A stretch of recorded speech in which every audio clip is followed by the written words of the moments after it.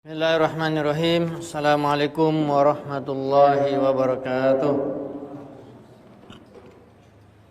Innal hamdalillah nahmaduhu wa nasta'inuhu wa nastaghfiruh.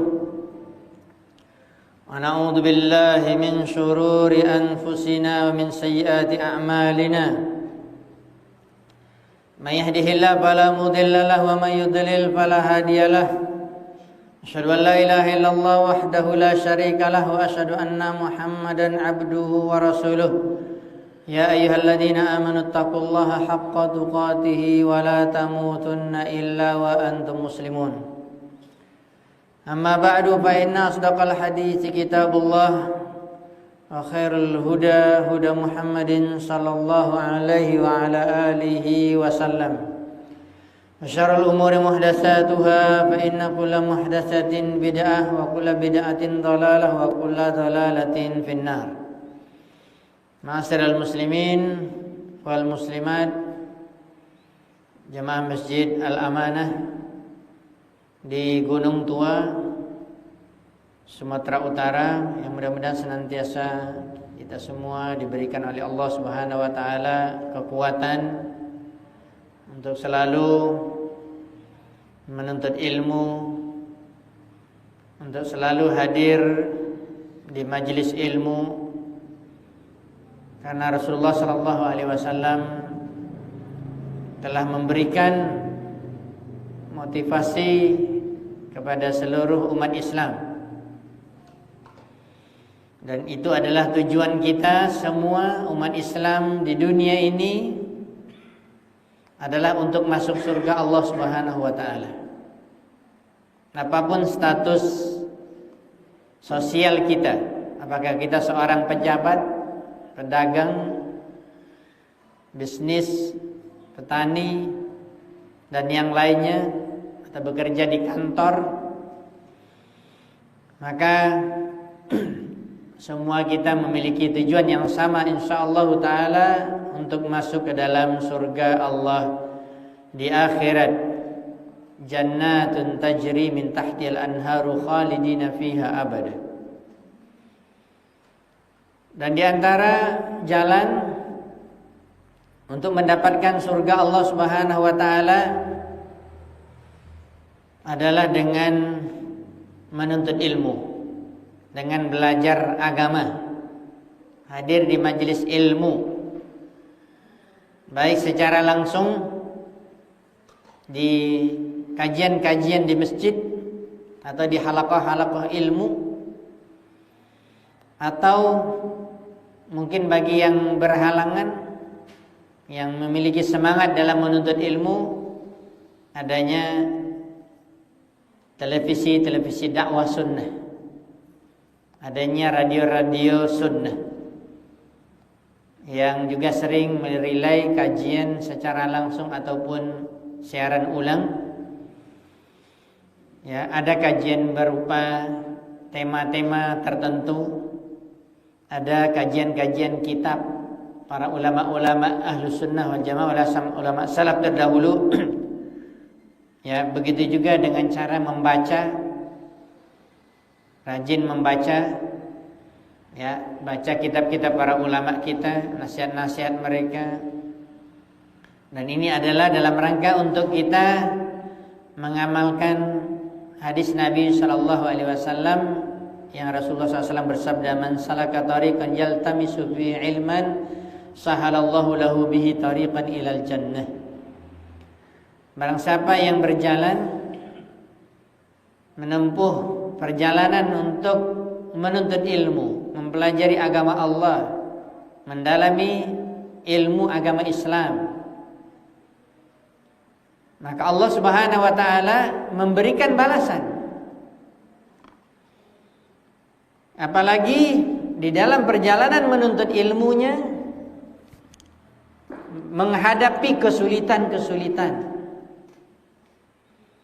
menghadapi berbagai macam rintangan, baik rintangan itu berupa kesibukan kita dalam kehidupan dunia, mencari dunia, atau kesibukan kita mungkin dahulu sebelum berkeluarga masih bujang, masih gadis, belum banyak ada keterikatan. Tetapi setelah berkeluarga, setelah memiliki istri, setelah memiliki suami, setelah memiliki anak, tentu rasa kesibukan itu lebih besar.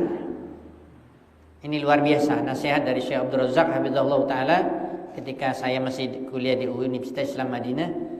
Kami di masjid di kampus itu di luar Masjid Nabawi ya.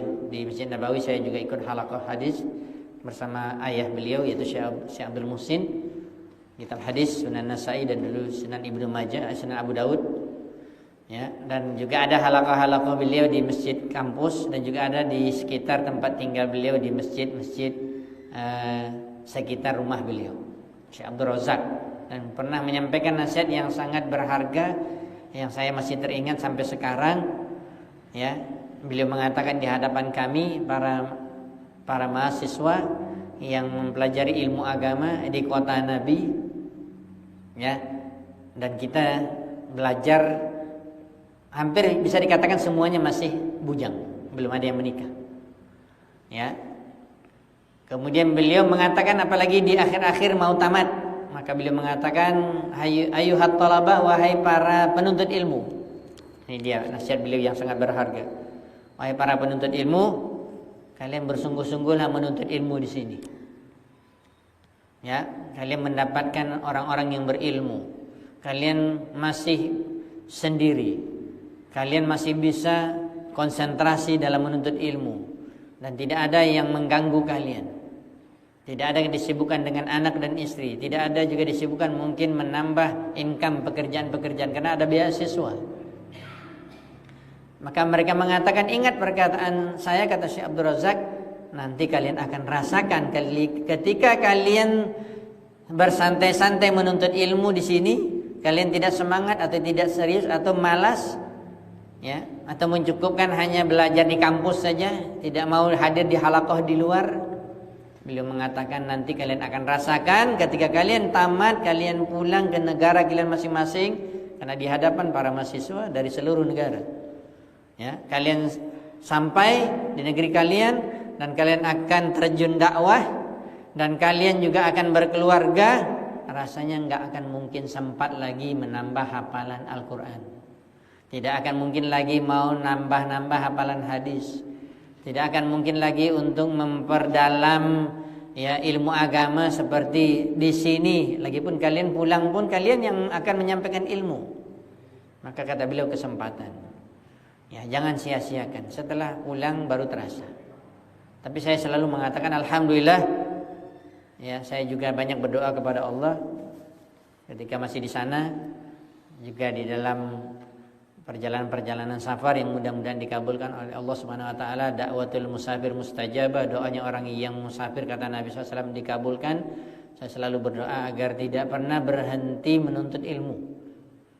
Ya, walaupun sudah sarjana, walaupun sudah S1, S2, S3, apalagi antum S-nya aja enggak ada. Ya. Maka saya berdoa agar selalu bisa menuntut ilmu dengan para ulama.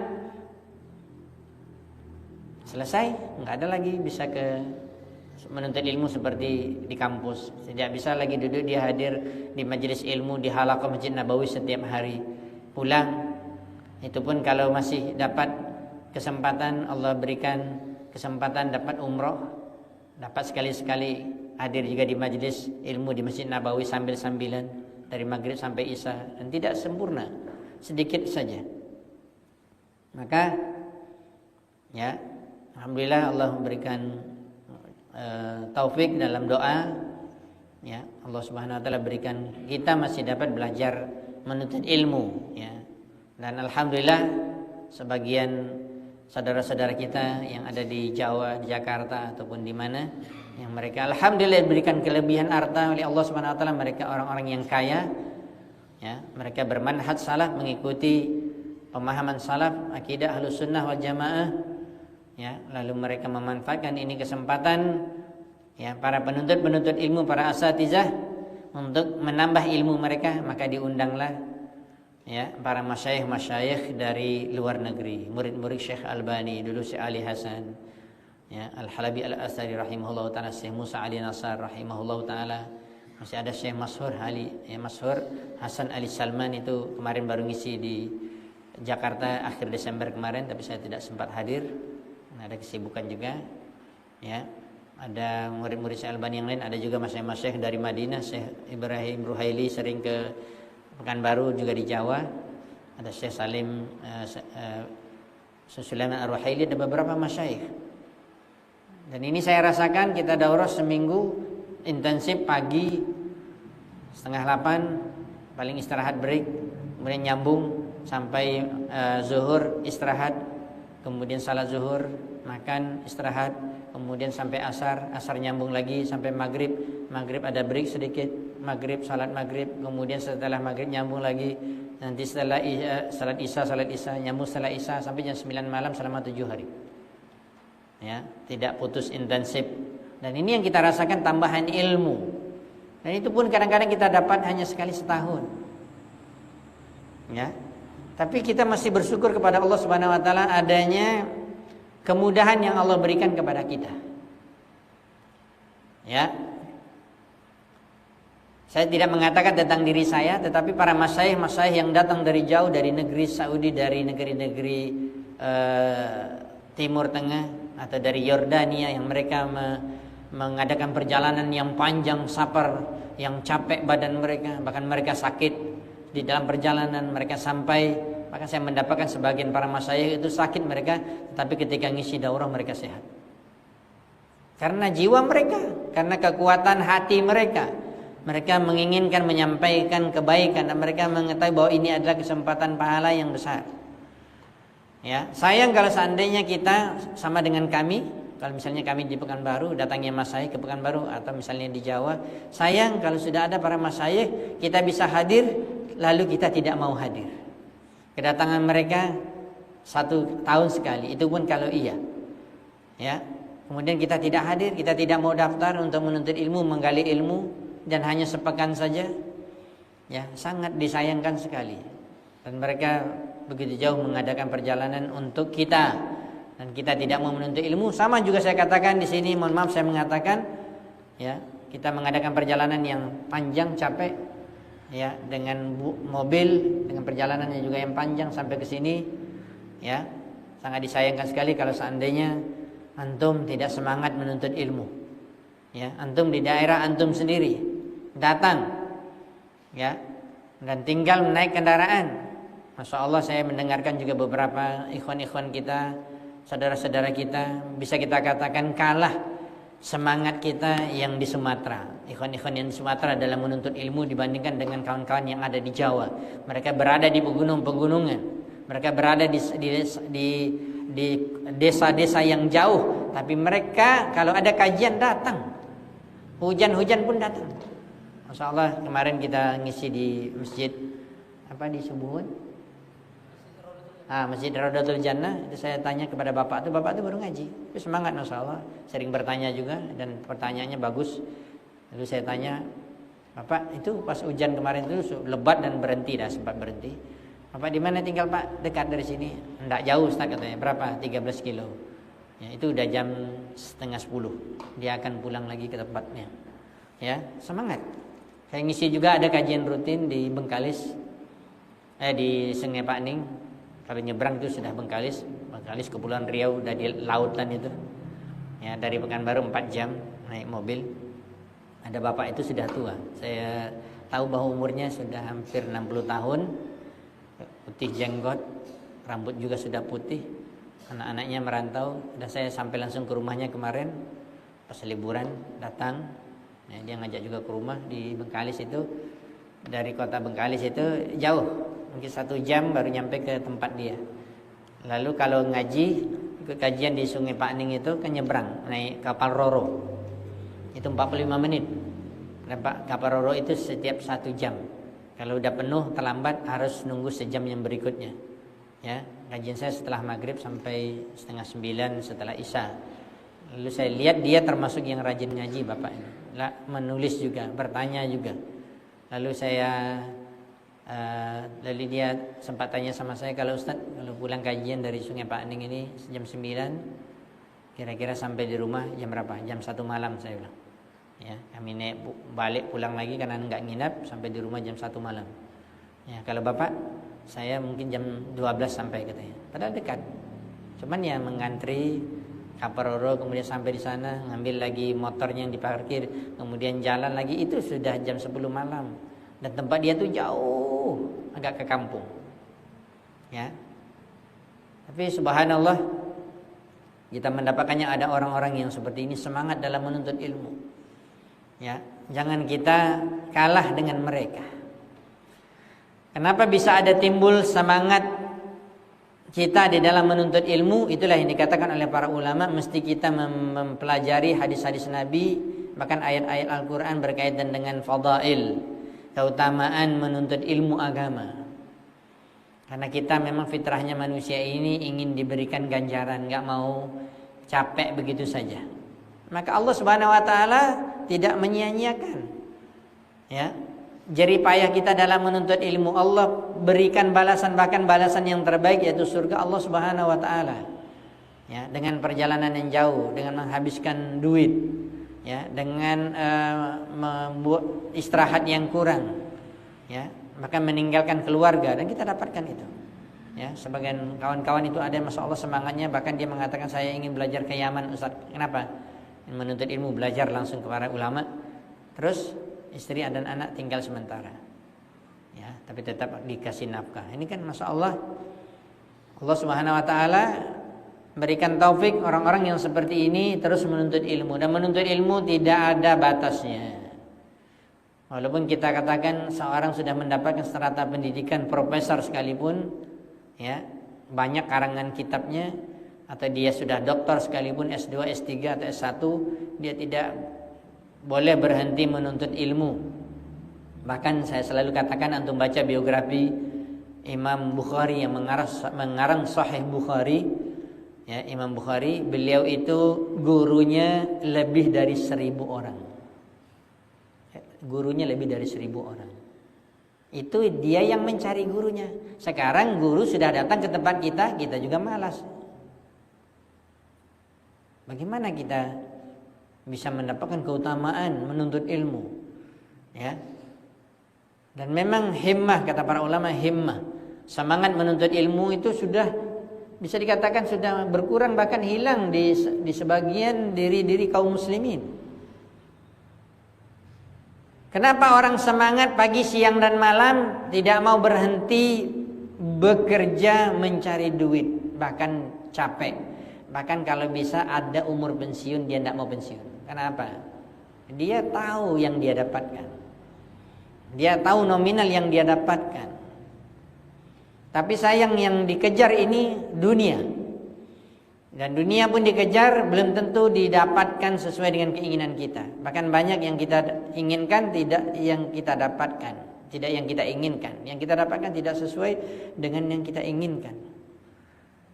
Berarti ini janjinya tidak pasti. Berarti ini sesuatu yang belum pasti. Kenapa kita tidak mencari sesuatu yang pasti? Sesuatu yang pasti yaitu di akhirat, surga Allah Subhanahu wa taala, sesuatu yang pasti yang kita akan dapatkan, ya, ketika seorang menuntut ilmu agama. Itulah yang telah tertanam di diri para, ya, sahabat Rasulullah SAW, para penuntut ilmu. Ya, dan ini menjadi suri tauladan bagi kita, bagaimana mereka itu tahammul masyaqqatis safar fi talabil ilmi. Sebagaimana disebutkan oleh sebagian para ulama, mereka itu adalah orang-orang yang betul-betul menahan pedihnya, beratnya perjalanan, ya, safar yang jauh demi untuk mendapatkan ilmu. Mendapatkan bahkan satu hadis dari Nabi sallallahu alaihi wa ala alihi wasallam. Mungkin tidak akan bisa kita memperbanyak penjelasan, dan juga contoh-contoh sangat banyak sekali, penuh di dalam kitab-kitab para ulama salaf. Di antaranya kitab Imam Az-Zahabi Syiar A'lamin Nubala, berbicara tentang biografi kehidupan para sahabat dan generasi setelahnya sampai generasi beliau. ya, dan juga bagaimana perjalanan-perjalanan menuntut ilmu dari para sahabat dan ulama-ulama salaf terdahulu. Ada juga salah satu kitab yang kecil, bagus, tapi saya tidak tahu apakah sudah ada terjemahan. Ya, ini saya pelajari dulu di Fakultas Hadis di kampus, di kelas. Karangan Imam Al-Khatib Al-Baghdadi rahimahullah ta'ala, seorang ulama hadis, ulama besar. Banyak sekali karangan beliau. Beliau memiliki menulis kitab yang sangat kecil, tipis, tapi isinya luar biasa. Nasihat padat dan memotivasi kita, ar-rihlatu fi tarabil hadis, yaitu perjalanan menuntut ilmu hadis, mencari hadis. Ya. Dan di antaranya kita lihat di sini ada beberapa nukilan. Sebagian para ulama mengatakan, ya, sahabat ridwanullah alaihim, contoh yang terdepan, manusia pertama sekali yang menjadi suri tauladan kita dalam menuntut ilmu itu para sahabat Rasulullah sallallahu alaihi wasallam. Ya, bagaimana semangat mereka dalam menuntut ilmu, kesabaran mereka, ma'annahum kanu akmalan nasi ilman wa amalan. Padahal kita mendapatkan para sahabat itu dari ilmu dan amalnya paling sempurna dari generasi kaum muslimin sampai hari kiamat. Wa afdalul bashar ba'dal anbiya. Mereka juga adalah manusia yang paling mulia setelah para nabi dan rasul. Lam yaktafu bihadhil fadail. Mereka tidak mencukupkan hanya mengetahui tentang keutamaan ilmu. Ya, bal harasu 'alal ilmi, bahkan mereka juga menjaga ilmu tersebut. Wa tahammalu masyaqqas safar. Dan mereka juga mengalami penderitaan. Mereka sangat sabar di dalam menerima kesulitan-kesulitan dalam perjalanan safar, bahkan jauh, demi mendapatkan ilmu. Bahkan mereka meninggalkan sebahagian perdagangan mereka, ma'annahum fi ghinan minhu. Padahal mereka tidak sabar, juga tidak perlu. Ada juga masih para sahabat yang lain berilmu, tapi mereka ingin mendapatkan keutamaan dalam menuntut ilmu. Maka di antara mereka adalah orang-orang yang kaya. An Jabir bin Abdullah radhiyallahu anhu qala, seorang sahabat yang bernama Jabir bin Abdullah radhiyallahu anhu berkata, balagani hadisun an Rasulillah sallallahu alaihi wasallam lam asma'hu. Perhatikan ini, Jabir bin Abdullah radhiyallahu anhu, saking semangatnya dia ingin mendapatkan hadis Nabi sallallahu alaihi wasallam, dia menceritakan perjalanan dia mendapatkan satu hadis saja. Bukan ribuan hadis, bukan ratusan ribu hadis yang sudah tersimpan di HP kita. Ada maktabah syamilah, ada maktabah dulu alfiyah, 1000 kitab hadis dan banyak sekali. Sudah tinggal diklik keluar. Dulu para sahabat enggak ada. Mereka langsung ingin mendapatkan dari mulut para sahabat yang lain yang langsung mendengar dari Nabi sallallahu alaihi wasallam. Jabir bin Abdullah mengatakan, telah sampai kepadaku satu hadis dari Rasulullah SAW dan aku tidak mendengarnya langsung dari Nabi. Nah, apa yang beliau lakukan? Fabta'tu ba'iran, lalu aku mengetahui bahwa hadis tersebut terdapat di negeri Syam, dari Madinah jauh, negeri Syria, Syam. Ya, mengadakan perjalanan dengan onta atau dengan kuda, 1 bulan perjalanan baru sampai ke Syam dari Madinah. Dia dengar ada salah seorang sahabat yang telah pindah, telah berdakwah, telah bermukim di Syam, dan hanya dia satu-satunya sahabat yang mendengar hadis dari Nabi SAW. Lalu Jabir bin Abdullah ingin mendapatkan hadis ini. Lalu dia tidak ada duit, dia lihat ontanya bisa dijual, dia jual ontanya. Ya, fasyadatu alaihi rahli, maka aku mulai mengadakan perjalanan, wasirtu syahran hatta qadimtu Syam, dan aku kemudian sampai ke negeri Syam mengadakan perjalanan selama 1 bulan. Lalu saya mendapatkan ada seorang sahabat, fa'ataitu Abdullah bin Unais, maka aku mendatangi seorang sahabat bernama Abdullah bin Unais radhiyallahu taala anhu, faqultu lil bawwab, lalu aku mengatakan seorang penjaga pintu, atau ada istilahnya mungkin pembantunya. Maka dia mengatakan kepada yang menjaga pintunya tersebut, telah sampai dia, kullahu, ya, maka katakan kepada Abdullah, kamu yang pembantunya misalnya, tolong sampaikan kepada Abdullah bin Unais yang datang sekarang Jabir bin Abdullah dari Madinah, seorang sahabat. Ya, faqala Ibnu Abdullah, Maka dia mengatakan maksudnya di sini Jabir. Jabir itu banyak sekali namanya. Maka yang menjaga pintu ini dia sangat kenal dengan sahabat yang terdengar namanya di mana-mana, yaitu Jabir bin Abdullah. Kata dia, "Jabir, kamu Jabir? Maksudnya kamu Jabir bin Abdullah?" Kata dia, "Iya, saya Jabir bin Abdullah. Saya seorang sahabat." Faraja'a, maka dia kembali bertemu dengan majikannya Abdullah bin Unais, lalu dia memberitakan, ya. Faqama yutati usawba hatta laqiyani fa tanaqani wa tanaqtuhu. Lalu dia Abdullah bin Unais, karena yang datang adalah sahabat Nabi SAW, maka dia bersegera untuk berpakaian yang bagus menyambut tamu. Lalu dia bertemu denganku, kata Jabir bin Abdullah, lalu dia memelukku. Nah, ini salah satu sunnahnya kalau kita bertemu dengan sesama kaum muslimin, bersalaman dan berpelukan karena Allah Subhanahu wa taala, apalagi ya sudah lama tidak bertemu. Apalagi mungkin kita mendengar seseorang tapi kita belum pernah mendengarnya sesama ya kaum muslimin dalam satu akidah, ya dalam satu pemahaman sunnah. Maka ini disunnahkan. Maka mereka saling berpelukan, fakultu, maka saya berkata, maksudnya Jabir bin Abdullah radhiyallahu anhu mengatakan, haditsun balaghani anka. Baru dia mau ceritakan apa keinginannya. Tadi kan dia nggak tahu apa keinginannya. Tetapi Abdullah bin Unais ini dia segera keluar rumah karena dia tahu ini datang sahabat dari jauh lagi, nggak mungkin tidak disambut. Ini sahabat Nabi lagi, orang-orang yang mulia. Ya, orang-orang yang juga sudah dijamin masuk surga. Maka dia tidak tahu apa maksudnya. Setelah berpelukan bersalaman, baru dia sampaikan, telah sampai kepadaku ketika aku di Madinah hadis yang kamu meriwayatkannya, kamu mendengarnya, sami'tahu min Rasulillah SAW, yang kamu telah mendengarnya langsung dari mulut Nabi SAW fil qisas, yaitu berkaitan dengan masalah qisas, yaitu hukum qisas. Lam asma'hu, saya tidak mendengarnya, saya tidak mendapatkannya, saya tidak mendengar dari Nabi SAW, padahal beliau juga hidup bersama Nabi. Wa khasyitu an tamuta, ketika Nabi SAW sudah meninggal, tentunya ya tidak bisa langsung mendapatkan hadis dari Nabi, berarti mencari siapa yang langsung mendapatkan dari lisan Nabi. Maka yang meriwayatkannya adalah Abdullah bin Unais, ya jauh sudah berada di Syam dan dia di Madinah.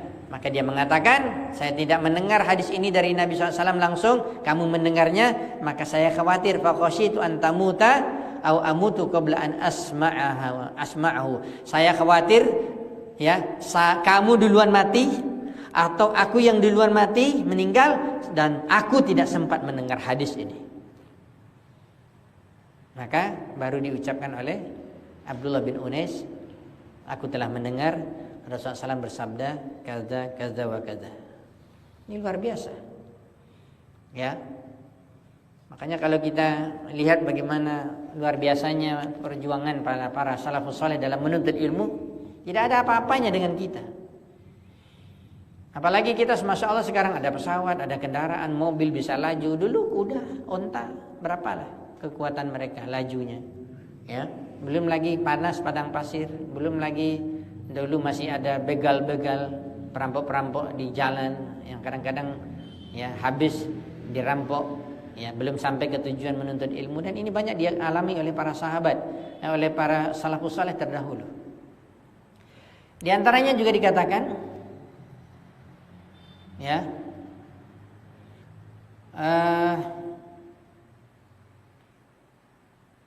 ya, disebutkan di sini dari Sa'id bin Musayyib, ini seorang ulama tabi'in, ya, bahkan dikatakan ada beberapa orang yang sepakat para ulama, jumlahnya mungkin dihitung dengan jari 3 atau 4 orang yang terbaik dari seluruh para tabi'in yang ada di zamannya. Di antaranya ada Sa'id bin Musayyib, dia seorang ulama besar. Dikatakan al-fuqaha us-sab'ah minat tabi'in, ada 7 ya, ulama-ulama besar di kalangan para tabi'in, itu murid sahabat. Di antaranya yang pertama, ya, di antaranya ada Sa'id bin Musayyib. Ya, atau dikatakan dalam ucapan para ulama hadis Sa'id bin Musayyab. Jadi ada 2 cara membacanya, Sa'id bin Musayyib atau Sa'id bin Musayyab rahimahullahu taala mengatakan, in kuntu la asir fi talabil hadis wahidun masiratan illa ya masiratal ayyam wal layali. Dia mengatakan, tidaklah aku berusaha untuk mendapatkan satu hadis saja, aku mesti mengadakan perjalanan panjang berhari-hari dan bermalam-malam. Satu hadis. Sekarang kita sudah masak. Saya katakan sekarang kita ini di zaman sekarang ini ilmu kita sudah masak. Enggak perlu lagi dicari kemana-mana, pergi jauh-jauh. Ya, sudah ada kitab-kitab hadis, kitab-kitab sirah, kitab-kitab tauhid. Tinggal guru kita yang menyampaikannya. Atau momen-momen seperti ini, ada sekali-sekali ustadz kita yang datang dari jauh. Sayang kalau kita tidak semangat dalam menuntut ilmu. Lihat bagaimana perjalanan para ulama salaf terdahulu dalam menuntut ilmu. Enggak ada didorong-dorong seperti ini. Mereka sendiri yang menggerakkan jiwa mereka, karena mereka tahu keutamaan menuntut ilmu, masuk ke dalam surga. Karena mereka mengetahui orang yang selama dalam menuntut ilmu dalam perjalanan, dia fisabilillah, dia termasuk orang yang berjuang di jalan Allah. Kalau mati syahid. Orang yang menyampaikan ilmu dan menuntut ilmu mati dalam keadaan seperti ini, mati syahid. Ya, ini luar biasa. Apalagi yang kurang dari keutamaan menuntut ilmu? Tidak ada. Cuman kita saja yang masih malas. Kita saja yang tidak memberikan motivasi pada diri kita masing-masing bagaimana kita harus selalu menuntut ilmu. Bahkan menunjukkan bahwa kita wajib setiap hari dapat ilmu walaupun sedikit, ilmu agama. Mana dalilnya? Dalilnya doa Nabi SAW yang dibaca Nabi setiap pagi. Siapa yang mau baca doanya? Siapa mau baca doanya? Tunjuk tangan.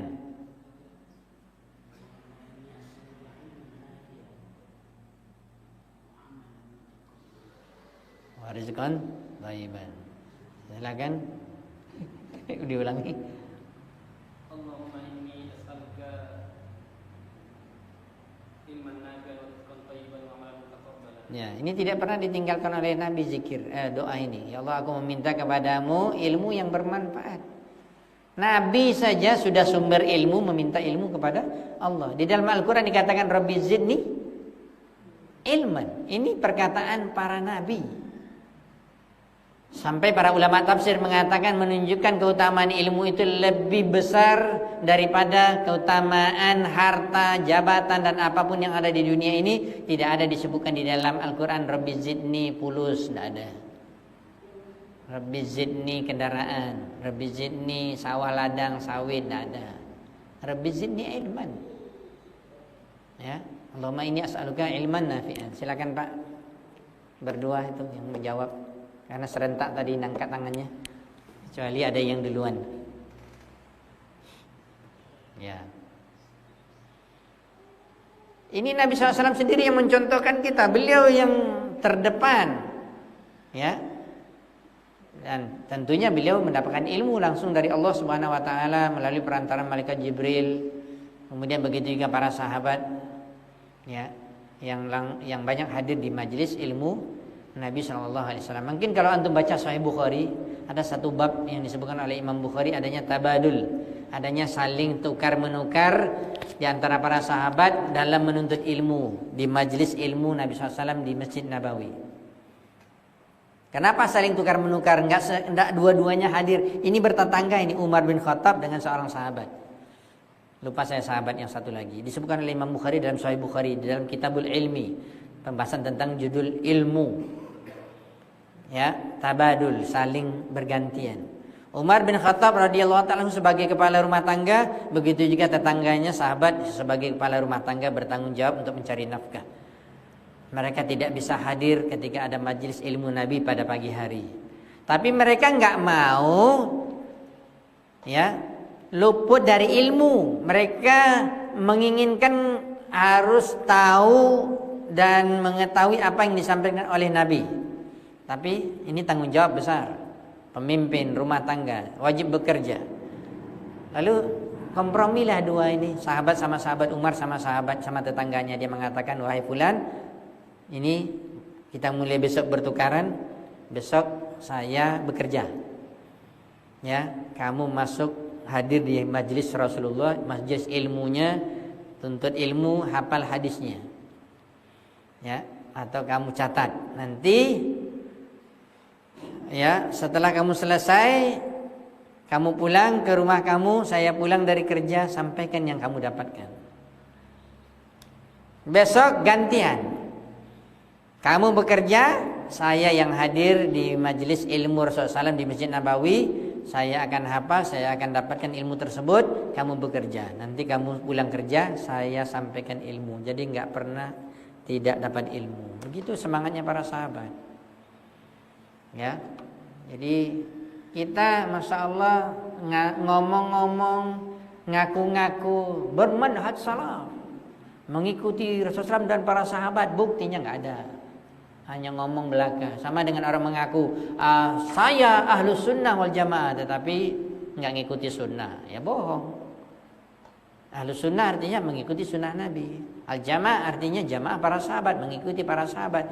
Cuman ngomong saja. Belajar hadis tidak ada, belajar sunnah Nabi tidak ada. Semuanya mohon maaf ngaku aswaja ahlus sunnah wal jamaah, tapi nggak ada menuntut ilmu, bohong. Sama dengan kita ngaku-ngaku bermanhaj salaf, manhaj yang mulia, manhaj beragamanya Rasulullah SAW dan para sahabat. Mereka sudah jelas pasti Rasulullah masuk surga. Para sahabat begitu juga. Mereka telah diridhoi oleh Allah Subhanahu wa taala. Radhiyallahu anhum wa radu'an. Ya. Kalau kita ingin mendapatkan yang sama, berarti kita harus ikut jejak mereka. Ya, maka jangan hanya sekadar ucapan-ucapan menyandarkan kepada sesuatu yang luar biasa, kemuliaan para sahabat Rasulullah, tetapi dalam prakteknya kita orang yang malas dalam menuntut ilmu. Dikatakan dari riwayat yang lain, Imam Hasan Al-Basri rahimahullah ta'ala, ya, dikatakan Imam Hasan Al-Basri, Basri itu Basrah, Irak. Anil Hasan, dikatakan dari Imam Hasan Al-Basri rahimahullah ta'ala mengatakan anna rahala minal Basrah. Imam Hasan Al-Basri sendiri sudah jadi ulama, alim. Ya, dia bahkan tidak pernah berhenti menuntut ilmu, berangkat menuntut ilmu minal Basrah, dari Basrah ke Kufah. Kufah itu daerah Iran, Iran itu ya beda negara. Untuk apa? Hanya untuk bertemu dengan salah seorang sahabat yang masih hidup. Ini kan tabi'in. Hasan Al-Basri tabi'in. Ini juga dikatakan termasuk istilahnya generasi dari tabi'in yang terbaik. Tadi dikatakan diantaranya Sa'id bin Musayyib, diantaranya Hasan Al-Basri, diantaranya adalah Uwais Al-Qarni. Ini sepakat para ulama hadis. Ya. Dan Hasan Al-Basri dia sanggup mengadakan perjalanan yang jauh dari negerinya Basrah ke Kufah, ya, demi hanya untuk bertemu dengan salah seorang sahabat yang bernama Ka'ab bin Ujrah radhiyallahu taala anhu, untuk bertanya kepadanya tentang hadis dan ilmu agama. Begitu juga dikatakan bahwa Imam Ahmad bin Hanbal rahimahullahu taala, Imam Ahmad bin Hanbal ulama besar, ya, yang merupakan muridnya Imam Syafi'i. Dan Imam Syafi'i juga banyak juga mendapatkan ilmu dan hadis juga dari muridnya itu Imam Ahmad. Ya, ini Imam Ahmad bin Hanbal rahimahullah taala di dalam biografinya dikatakan hafal 1.000.000 hadis. Alfun nolnya 6. 1000 diambil nolnya itu 1.000.000 hadis dihafal, Pak. Ya, tingkatan yang paling tinggi saja dari tingkatan ulama hadis dikatakan Amirul Mukminin bil hadis, itu hafalnya paling sedikit 600.000. 500.000 dalam kitab penjelasan hadis. Kalau Imam Al-Hafiz dikatakan hafiz dalam ilmu hadis, itu paling sedikit hafal 300.000 hadis. Enggak lupa, Pak. Bukannya lupa, tidak pernah lupa 300.000. Imam Ahmad hafal 100 juta hadis. Hafal Qur'annya sudah mulai dari kecil, umur 10 tahun. Mempelajari ilmu, jadi seorang imam besar Ahlus Sunnah wal Jamaah, yang dikenal dengan Imam Ahlus Sunnah wal Jamaah. Imam Ahmad disebutkan dalam biografi hidupnya, ana usafara ila Misra wal Iraqi wasyami wa Khurasana wal Hijazi wa San'a'il Yaman wa jama'a musnadahu hadisan. Untuk tahu kitab Imam Ahmad yang sangat terkenal dalam hadis, siapa yang tahu nama kitab Imam Ahmad? Kalau Imam Bukhari Sahih Bukhari, Imam Nasai Sunan Nasai, Imam Ahmad Al-Musnad. Tafadhal. Musnad Imam Ahmad. Hadisnya puluhan ribu.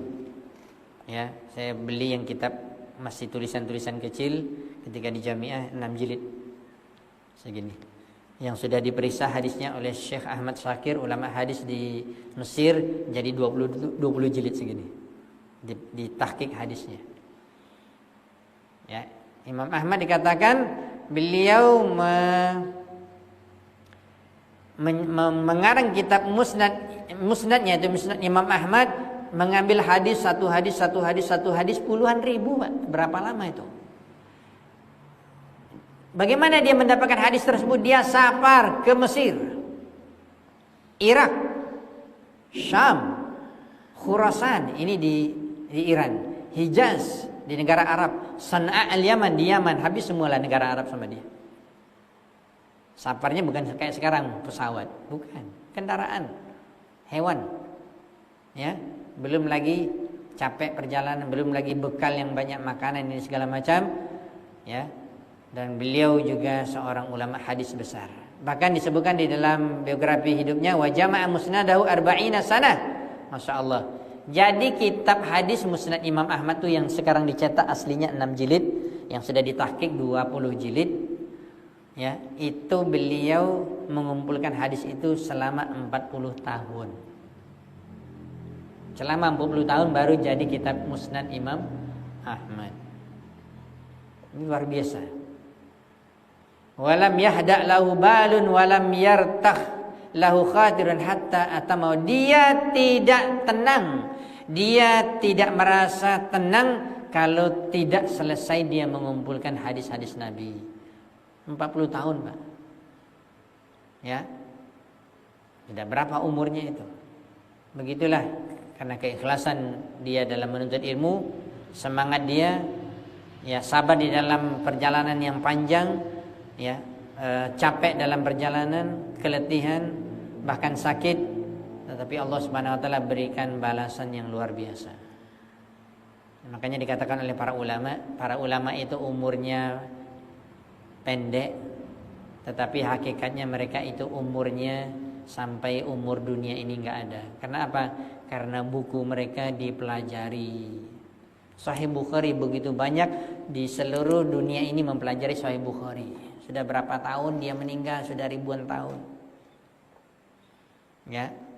Tapi masih dibaca Sahih Bukhari. Imam Nawawi memiliki kitab Riyadhus Shalihin, memiliki hadis Arba'in Nawawi. Imam Malik memiliki kitab Muwatta. Ya, kitab-kitab hadis yang lain, kitab-kitab tauhid. Syekh Muhammad bin Abdul Wahhab meninggal abad ke-12, sekarang sudah abad 14.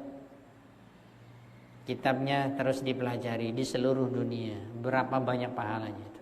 Makanya itu dikatakan oleh para ulama, ada orang itu yang memang diberkahi umurnya, ya, diberikan pahala yang banyak, diantaranya dengan adanya karangan-karangan mereka. Diantaranya ada tulisan-tulisan mereka. Maka, ya, kita juga harus mencari jejak para ulama ini. Dan kita juga ingin mendapatkan pahala yang tidak pernah terputus walaupun kita sudah mati. Siapa yang hafal hadisnya, ada pahala yang tidak pernah terputus. Ada 3 di dalam hadis tersebut. Silakan tunjuk tangan. Yang lain. Tidak akan terputus pahala walaupun kita sudah berada di dalam kubur. Mengalir terus pahala itu, ada 3. Tunjuk tangan. Yang belum jawab. Ayolah, yang lain dulu. Silakan. Apabila mati anak Adam manusia, terputus amalannya kecuali 3. 1, sedekah jariah wakaf.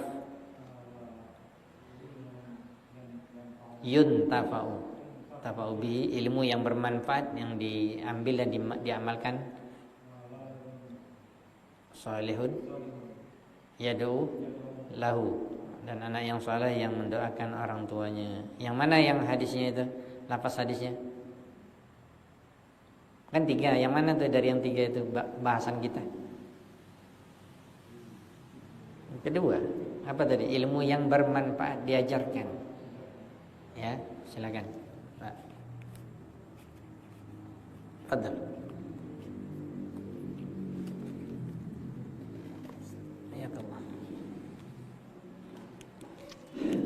Ini motivasi luar biasa bagi kita, ya.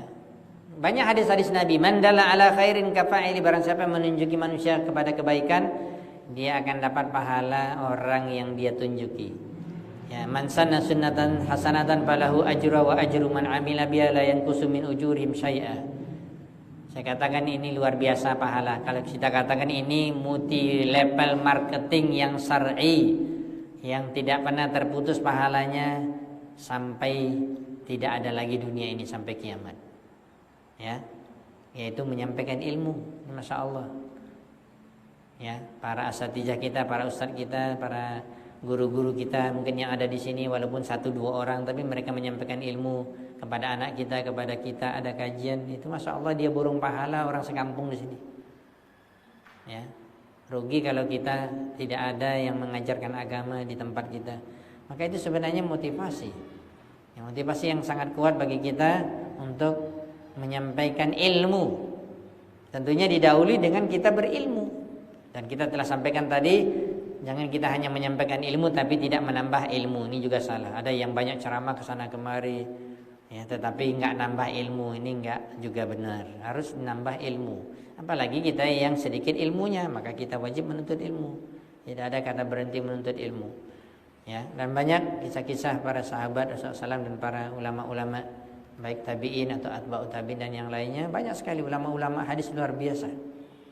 Ya, ada Imam Ali ibn al-Madini, ini guru-gurunya Imam Ahmad. Ada Al-Waqi' bin Jarrah, gurunya Imam Syafi'i.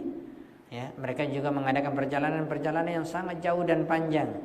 Ya, dengan keikhlasan mereka, dengan perjuangan mereka, dengan mengeluarkan harta mereka karena Allah, mereka menjadi ulama. Dan mereka ya telah menanamkan bibit-bibit yang mereka dapatkan sendiri, hasilnya ketika mereka sudah meninggal pahala mereka tidak terputus. Berbicara tentang perjalanan para ulama salaf dalam menuntut ilmu sangatlah banyak sekali. Ya, cukup bagi kita mungkin apa yang kita sampaikan karena waktu kita juga terbatas. Dan kami juga akan melanjutkan perjalanan. Masih ada beberapa tempat akan ngisi kajian. Demikian dapat saya sampaikan. Mungkin kalau ada 1-2 pertanyaan. Apa? Ini diapain? Oh, ibu ada yang mau bertanya? Tidak mau ditanya. Dikasih aja hadiah. Opor aja. Kalau tidak mau ditanya dan tidak mau bertanya, dikasih hadiah aja. Opor aja ke belakang. Ya, mengurangi beban. Ya, udah berat mobil nih, harus dikurangi. Abu Auni, silakan tutup. Antum pembuka, antumnya nutup.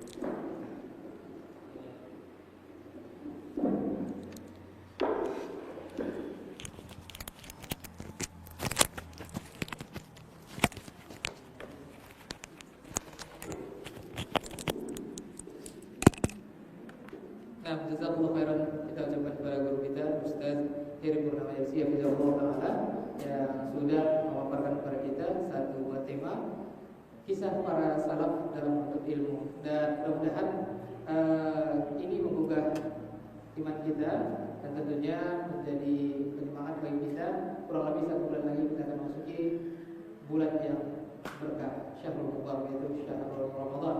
Baik, untuk jamaah Masjid Al-Amanah Gunung Tua, Kabupaten Panama Utara, Provinsi Sumatera Utara, kami mohon izin melanjutkan perjalanan ke Kota Padang Sidempuan dan Kota Sibolga dan ke Sekirong Tapanuli Selatan.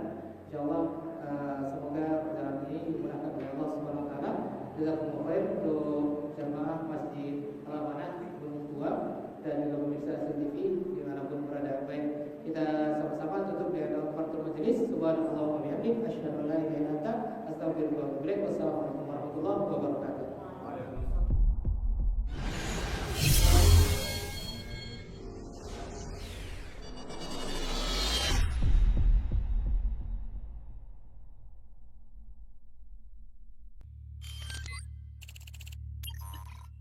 Assalamualaikum